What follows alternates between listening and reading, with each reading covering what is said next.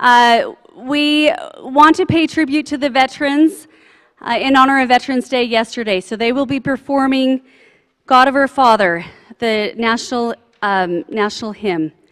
And then following that, I will introduce our panel for today. So take it away. Thank you.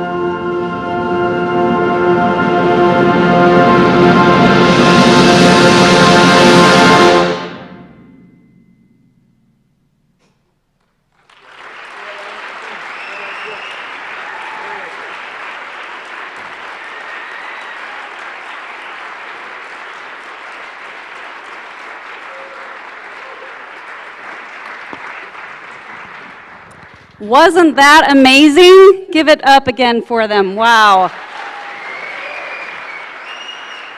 Thank you.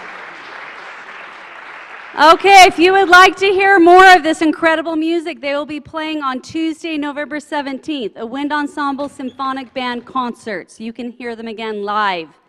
So come out and support them. Also on Monday, there's a jazz concert, and on Wednesday, a chamber music concert. So a lot going on this coming week. So remember, those of you who are taking the class for credit, you need to attend at least one musical concert, one art, and one dance or theater performance. So don't forget to do that. Also, next week's convocation is Ryan Hamilton. He's been named one of Rolling Stone's 5 comics to watch. And at the end, we're going to be watching a video, so you don't want to miss that. Now, thanks to the federal and state employers panel, we have some people who are here today visiting to share with you some insights. So if they want to go ahead and come on up, they are going to be moderated by Chad Dewey, who is the director of the Snow College Department of Natural Resources. And we invite them to join us now. So please welcome them. Give them a warm Snow College welcome.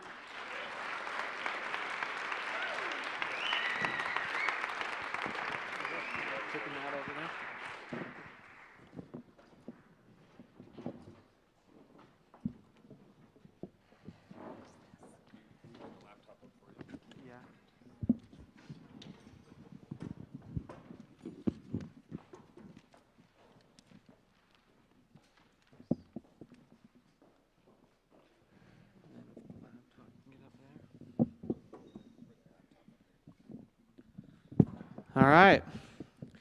Thank you. Like was mentioned before, I'm Chad Dewey, Snow College Director of Natural Resources. Just curious, who here even knows what that means? Natural resources. Raise your hand high.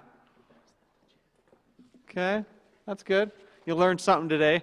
Let me ask you this. Who here likes the outdoors?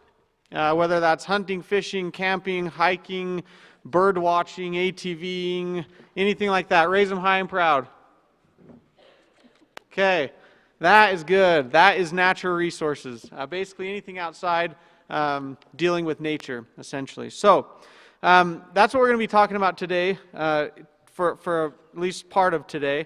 I'm going to introduce the 3 speakers that we have, and then we'll give some time for each of them to kind of explain what they do and why they're here.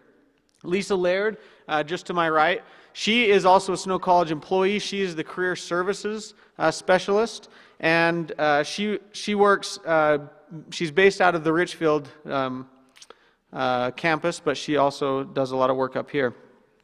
Mark Dean, next there, he is a hydrologist, and he works for the Bureau of Land Management out of Richfield. And the next is Travis Thomason, and he is also he's a conservationist out of the NRCS Natural Resource Conservation Service that's also out of Richfield. So what we're going to do today, I'm going to give some time to Lisa. She's going to explain some things, and then we'll just go from there to Mark, and then Mark to Travis, and then back to me. Make it full slideshow. Yep. Thank you. I appreciate that introduction. So I'm Lisa Laird, and I work in the Career Service Office. How many of you have a part-time job on campus? Big raise of hands. Wonderful. To get that job on campus, you had to apply through Career Badger. And so we are the ones who host Career Badger, and we post approximately 350 jobs a month on that site for all of Utah. And many of those jobs include campus jobs, private employers, and federal agencies. And so today our emphasis is on federal agencies, and we just wanted to make sure you knew what we were about. So why federal government today? Well, when you look at the state of Utah, 87% of the land in Utah is state or federal managed land. It's not private property. And so many of those jobs serve as stewards to the public lands. Many of our agencies here in Utah provide stewardship and management for our public lands. When you break up the job market here in Utah, 33% of all working adults work either for the federal government or for state agencies or local county and school districts. So many of your parents probably work for a government agency, either on a county, state, or federal level. And most of the jobs in Utah are going to be in those areas. Why federal government? You can make an impact right away. Many of you are millennials and Generation X, and this is your chance to make an impact serving in a federal position. For example, you will get responsibility right away after you earn your degree. There's a lot of projects and a lot of areas that are managed by new and recent hires, and the federal government also gives you a opportunity for professional development in classes. So in addition to working for them, it's not going to be about making coffee or doing files or horrible data entry necessarily. With your college degree, going through one of the pathways, you will have responsible positions right away. Another great benefit too, flexible schedules and vacation time. You also get your student loans paid back as well. For every year of service, many federal agencies will pay back up to $5,400 a year. I want you to know that there's literally jobs for every major. Sadly, the miscellaneous category, my apologies for not building it out, but the federal government does hire a lot of music, dance, and art majors, believe it or not. For example, every U.S. Air Force base, Army base, Marine base, Naval base provides youth programs, continuing education, concurrent enrollment, and many other programs. They hire dance majors to teach those classes. They hire art teachers to promote those programs. You also have federal agencies such as Smithsonian and national museums that hire arts and other fine art positions. You can also find the right occupation by career. The feds have recently changed STEM to have another M in it, so it's now STEM with 2 M's. They have a rising demand specifically for people with degrees in science, technology, engineering, math, and medical professions. Here in the state of Utah alone, there are more than 250 medical openings just with Veterans Administration. So a health path may be good, and you don't necessarily have to be a nurse or doctor. They hire a lot of respiratory therapists and medical assistants, et cetera, to work with their population. You can also find the right fit by location. For example, not all the jobs are in Washington, D.C. When you work in federal agencies, you'll note that 8.1% of the new jobs were here in the Mountain West states for all new hires. So the thought that you have to go to D.C. and be in the center of it all is not true. You can if you want, but there's a lot of jobs all over the country. So if your dream is to go to Alaska, hey, they're hiring. There are also many opportunities for current students and recent grads. We want you to know that there are pathways. You can start out as a student intern. BLM and Natural Resource Conservation Service do offer internships and summer positions throughout the United States. You can also go into a specific recent graduate program. Those programs are very well managed. For example, as a recent grad, you will be matched up with a senior mentor, somebody who will help you in your career so you're not left alone. You will have somebody to check in with on a regular basis, and they will mentor you and guide you as you are new in your career. It's very impressive the amount of professional development federal agencies put into you and your services. And then on the master's level, you have Presidential Management Fellows program with every single agency. You can go in directly into an executive management position with that program and be mentored. So very good opportunities. And just know that government agencies are hiring more than 62,000 new hires just year to date were new hires. And then they also hired 35,000 people to replace retirees. So altogether, they're on line to hire a little more than 100,000 people in 2015. So year to date, 62,000 new hires more coming through the end of December. And as you start out in your career, remember these websites. We have federal jobs and internships posted at a central website. It's now federal law, it's federal regulation. All federal agencies rather have to post their jobs at usajobs.gov. So you can look for openings anytime at that website. On any given day, they might have more than 250 internships just in the Intermountain area. So a lot of opportunity here in Utah and our neighboring states. You can also look for jobs with state agencies. For example, the State Division of Natural Resources manages our parks and our wild areas in Utah. And so you can seek out those jobs at statejobs.utah.gov/job seekers.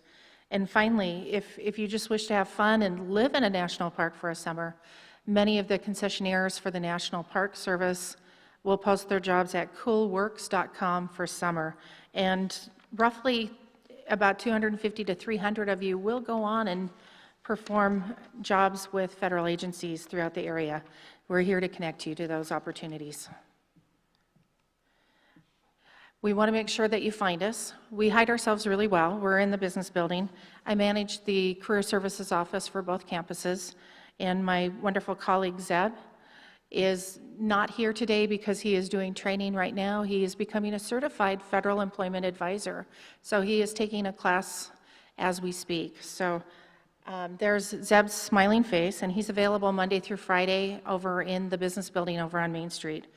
But he's very well qualified to help you with resumes, whether it's for a job here on campus or a job with a private employer or with a federal agency. For example, quick sales pitch. We worked with Verisk Health Services. They have a location here in Ephraim, and they're starting a pilot program where they're hiring 36 part-time students for 4-hour blocks, Monday through Friday.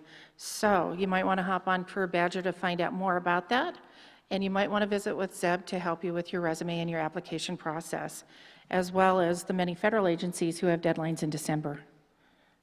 And with that, I'll pass it off to the next person. Please remember, next week we have handouts. Please attend our federal and state job day. Both of our gentlemen will be there along with colleagues to help inform you about opportunities with federal service.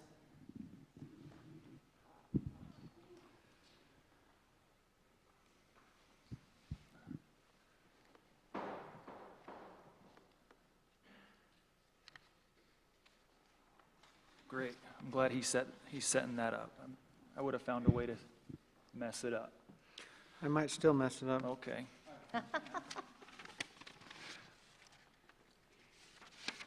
Great. It looks like it works. Okay. Let me introduce myself again. I'm Mark Dean. I'm a hydrologist with the Bureau of Land Management in Richfield, Utah. So I just have a short slideshow here to tell you what BLM is all about. I'm sure there's some people who know all about it, but probably not very many. I didn't know a lot about BLM when I was younger, and you know, I used to go out on the forest all the time, but what's BLM? And I have a graphic up here which shows the BLM Richfield district. It also shows just where the Richfield district is located in the state of Utah. BLM land is the land that didn't get allocated to a private party when the West was settled, and it wasn't part of the Forest Service Reserve, and it didn't have any special qualities that would make it a national park, and it was just kind of the leftover land. And however, it still has management needs, and just imagine if you were a landowner of a large tract of land, you would want somebody out there to fix your fences, to repair your roads, to buy and sell parcels, and any number of things depending on what you wanted to do with the land. And just like if it was a private parcel, which I imagine that, you know, a lot of people wish they had a big piece of private land, but just as if it was a private parcel, the BLM, the Bureau of Land Management, needs to hire people to take care of that property. In contrast to how you would manage a piece of private property, the BLM land is subject to a lot of federal laws and regulations, such as the Clean Water Act and Federal Land Policy and Management Act, and a lot of other laws. And so we have all kinds of responsibilities, all kinds of laws to uphold. Just to give you an idea, is one of these a laser? Yep, it is, green laser. So just to give you an idea of what the land coverage, this is where the Richfield District is located in the state of Utah, and that's about 10% of the state of Utah right there. And the BLM land is the land in yellow shown here, and you can see the Forest Service land and national park, such as Capitol Reef National Park and Canyonlands National Park, are also located in this district. Like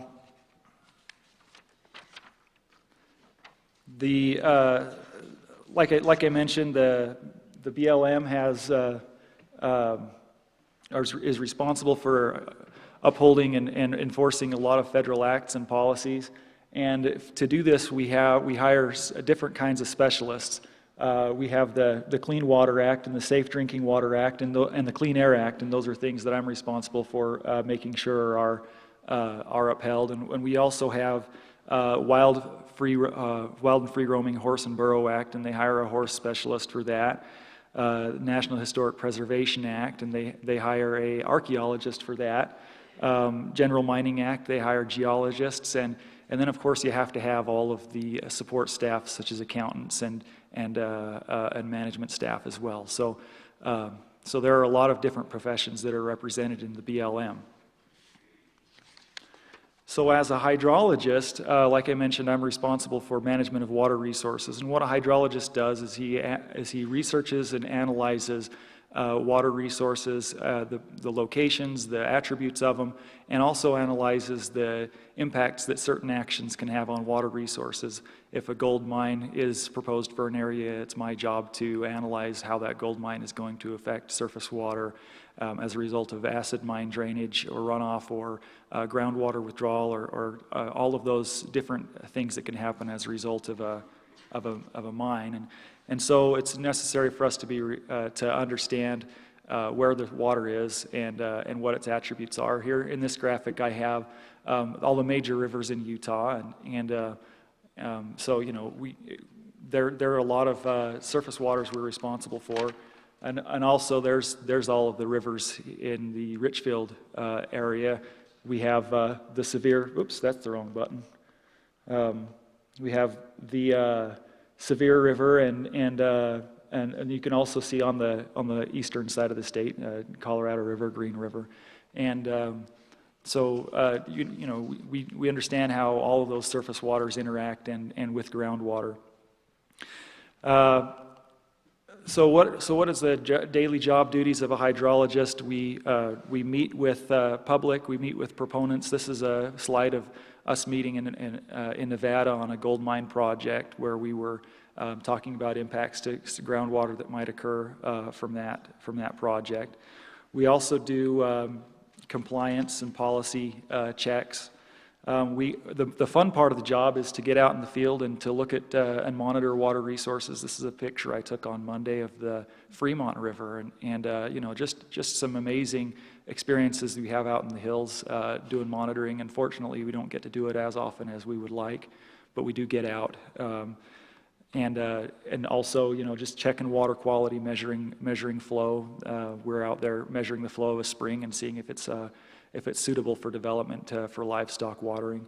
And I'm pretty much out of time, but I just wanted to introduce that, what a hydrologist does and what the federal government is, and thanks very much.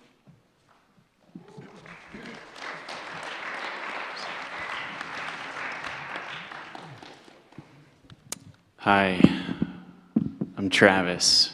It's good to see you guys. I was once your age in college wondering what to do. And I love the outdoors. I love the fly fish. I love the backpack. I wanted to be outdoors. So I went to a class just like this, and I heard someone from the NRCS speak, the Natural Resources Conservation Service. And I decided to work for them, and it's been awesome. And I'll tell you why. So raise your hand if you've ever heard of the Dust Bowl back in the 30s. Anybody? So you guys know the Dust Bowl, right? So our agency, the Natural Resources Conservation Service, was born out of some of the issues that they were having back in the day. When wheat prices were really high, a lot of native ground was broken out and put into wheat. And then you have a really long drought, and what happens? You can't produce wheat anymore because there's no water. And so you have these huge dust storms that get rid of tons of really productive soil, and it just blows out into the middle of nowhere. So the federal government decided we need to do something about it. And it was a collaborative approach between the federal government, us, the local soil conservation districts, local folks decided they needed to do something about it. And so they started reseeding some of those areas that were broken out, reseeding it back to native vegetation in hopes that they could stabilize the soil. So every day I go to work, I get to save the world because we work with private landowners to do those things, to protect their ground, to help them grow food for you. How many people had breakfast this morning? And lunch.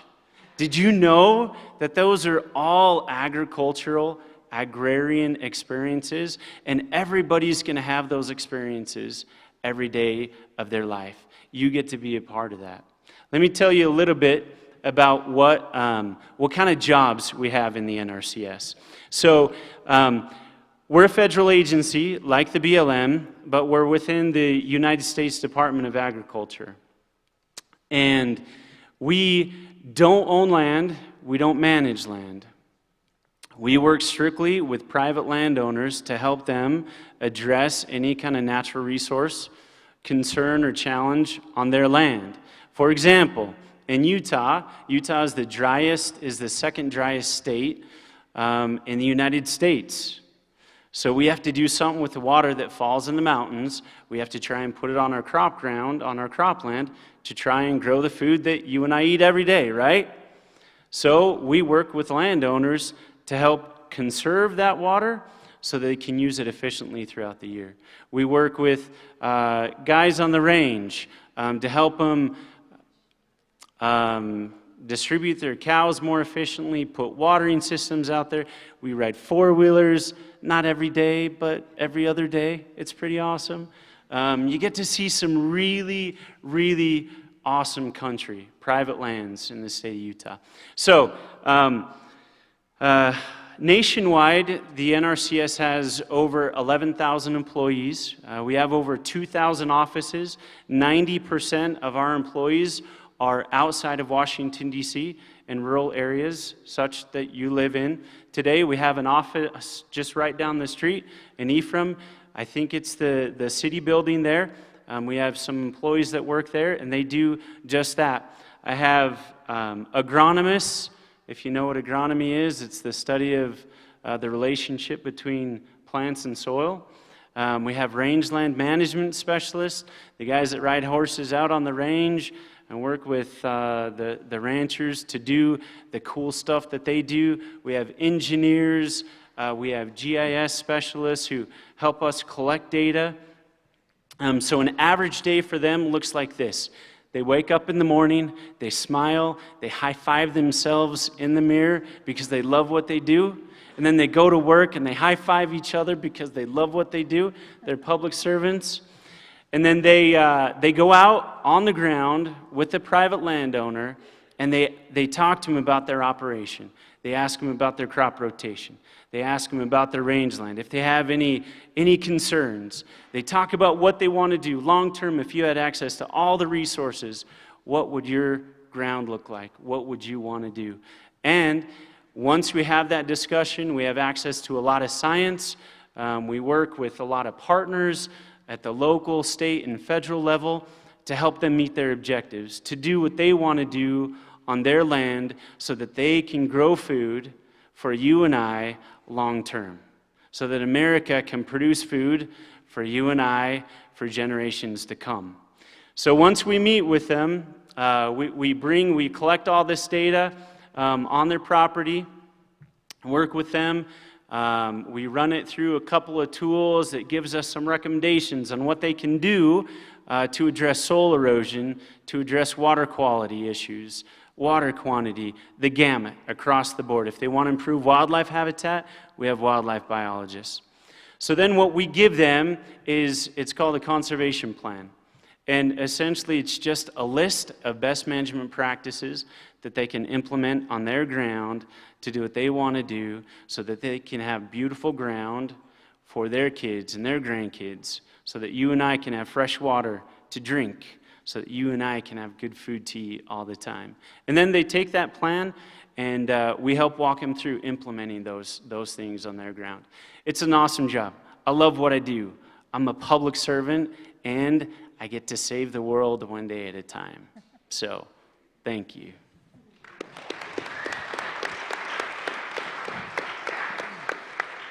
All right. Thank you very much for the three of you. So, my question to you is this. If you're at all interested in anything outdoor related as a job, which most of them are natural resources, agriculture related, what should you do now? And the first thing I would recommend is please come and talk to me. One thing I hear over and over again is, I'm just getting my generals done at snow, and then I'm going to move on. And that's completely wrong, especially with natural resources. There are certain generals you really need, and if you don't take them here, then it's just going to be, you're going to be 3 years later on instead of doing it here. So please come and talk to me. I'll put my information up here at the end.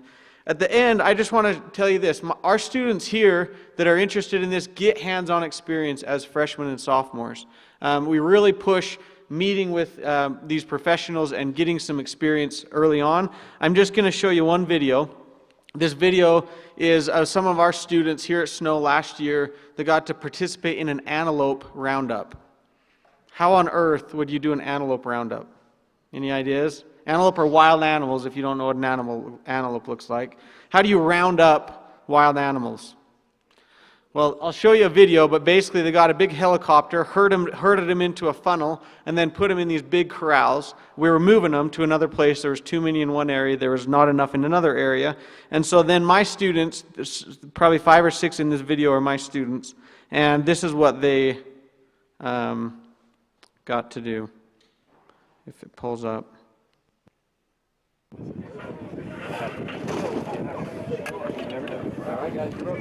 Watch your head, guys. Don't let him come down to the ground.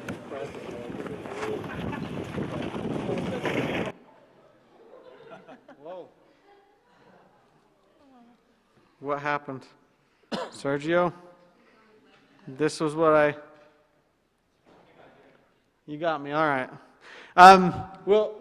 While he's getting that fixed, let's do this. If we can show it again at the end, we will. Questions. Let's open it up to questions now. For any of the three or me.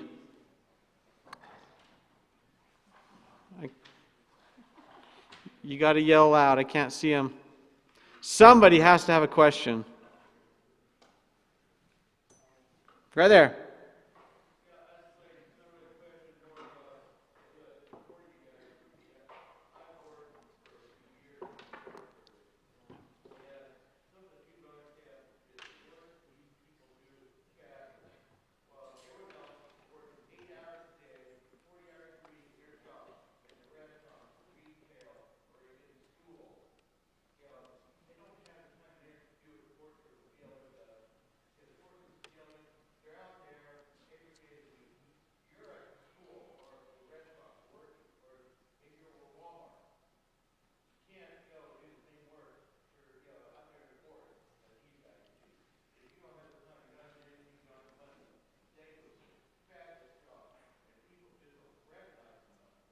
Thank you. I would say one thing that all of them and Travis hit on, if you do a job in natural resources, it's usually because you love your job. You love being outside. Question?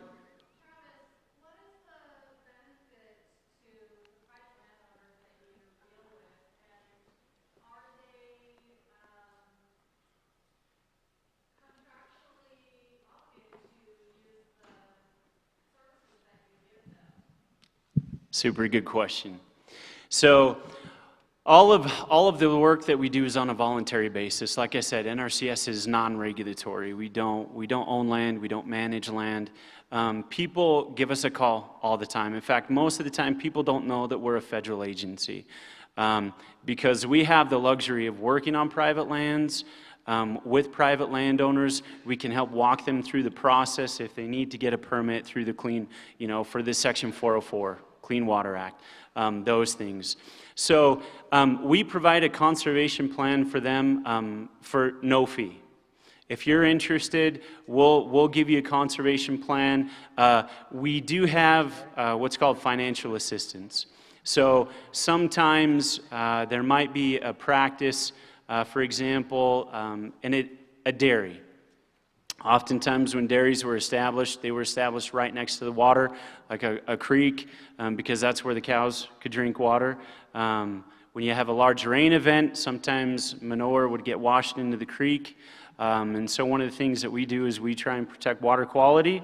So we'll help relocate that dairy off of the creek and then put in a watering system that they can, keep the clean water clean and keep the dirty water where it needs to be. So they're not contractually obligated to do that, but we do have financial assistance to help them implement those things. Does that answer your question?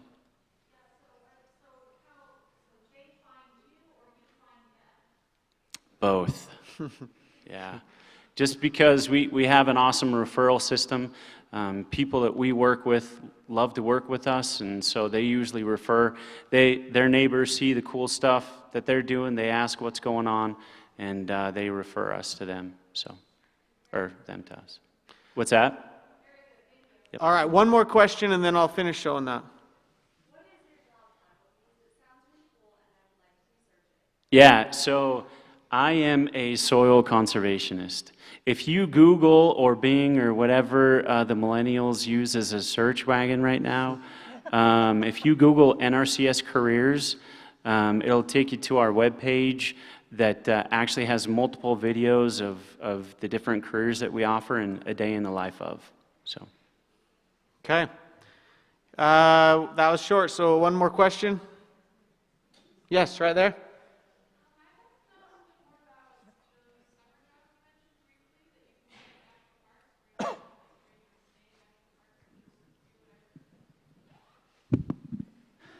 I guess that's a question for me. Sure. Or was it for you? Okay. I don't. You answer. So the summer jobs, and I'll tell you, that's kind of how I got my start with Bureau of Land Management is working as a range technician intern. There's a lot of different possibilities, and I got a job as a range tech after my freshman year, and the only reason I got that job is because I sat on the front row in geology class and got my professor to write me a letter of recommendation. I didn't know anything about range management, but I kind of received my training on the job. And so, there's lots of opportunities if you get on USA Jobs, if you go to your local BLM office or your NRCS office and just ask them how to find those jobs. A lot of times they're with private contractors who BLM contracts the work out to. And so just encourage you to look for those opportunities, start early, and they'll come to you as long as you're willing to be flexible. All right, so we're out of time. I'm going to push play while Celia comes up. You guys can watch them tackle antelope. No antelope were hurt, by the way. Let it come down to the ground.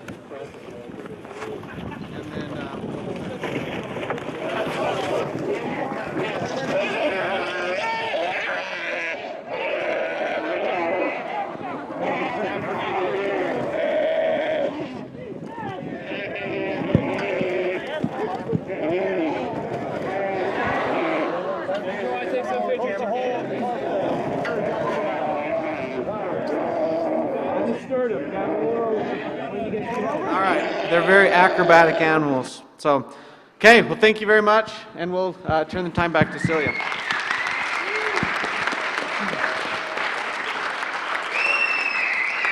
Thank you so much. That was so informative. How many of you took notes? I hope a lot of you. Yes, I saw some of you taking notes. That was very informative. Hopefully you'll all go home and research what they do and get some good jobs this summer and then in the future. Okay, we're not done yet. Don't leave. One of the best parts for next week is yet to come. I want you to go home and also Google Ryan Hamilton. He, just by way of background, he actually went to BYU, Idaho several years ago. He is from Idaho, now is in New York City as one of the up-and-coming comedians. Like I said, he's one of Rolling Stone's top 5 comics to watch. He was sort of discovered on Last Comic Standing, and we're going to watch a short clip of Conan to give you a quick run through. I want you to know it took me a year to try to talk his agent into allowing him to come to Snow College. You wouldn't even believe what he charges for a 1-hour gig, and he's coming to Snow on Thursday. So please be on time. If you are late, you will not be admitted into the theater. Okay, Sergio, take it away. Next guest to one of my favorite comedians, know why. I've been doing a lot of stand-up lately, and I work with him. Next guest to one of my favorite comedians, know why. I've been doing a lot of stand-up lately, and I worked with him tons of times. One of the best guys working. He's from New York City. You can see him this weekend at the Comedy Mix in Vancouver. Please welcome my good friend, Ryan Hamilton. Thank you. Wow, thanks a lot. Thank you. Thank you. Oh, this is nice. I'm from Idaho, and I look like where I'm from, don't I? I mean, you don't look at me right away and go, that guy's from Idaho, but when I say it out loud, everyone thinks, that makes sense. I live in New York City now. It's a great city. There's a little attitude. I mean, New Yorkers, they'll say stuff like, if you can make it here, you can make it anywhere. The audacity of that statement. I mean, the assumptions you have to jump to, right? I'm from a town of 1,000 people in Idaho, and I don't think New Yorkers could make it there.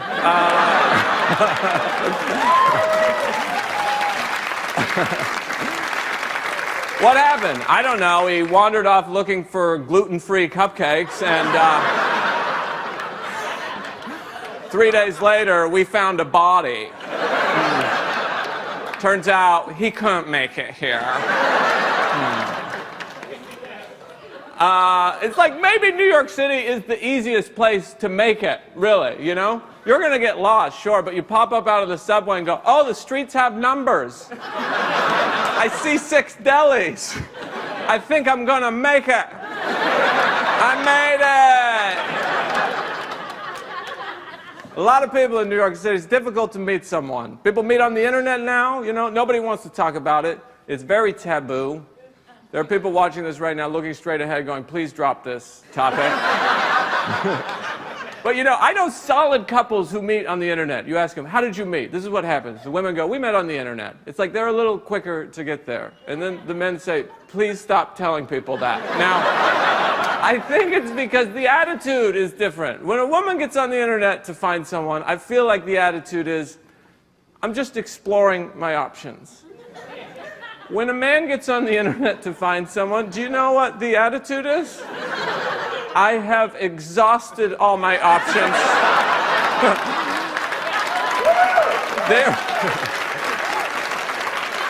There is nowhere else to go.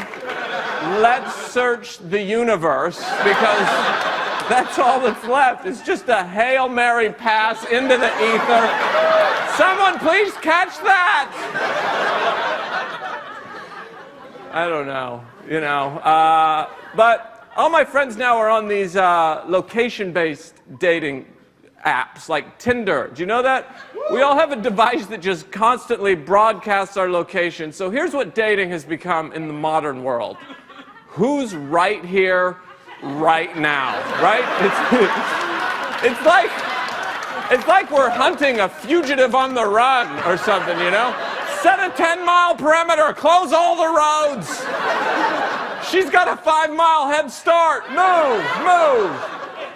It's like, who are you interested in? Everyone in a 100-yard radius, basically. I'm not really into long-distance relationships, you know? There's nothing substantial about it to me.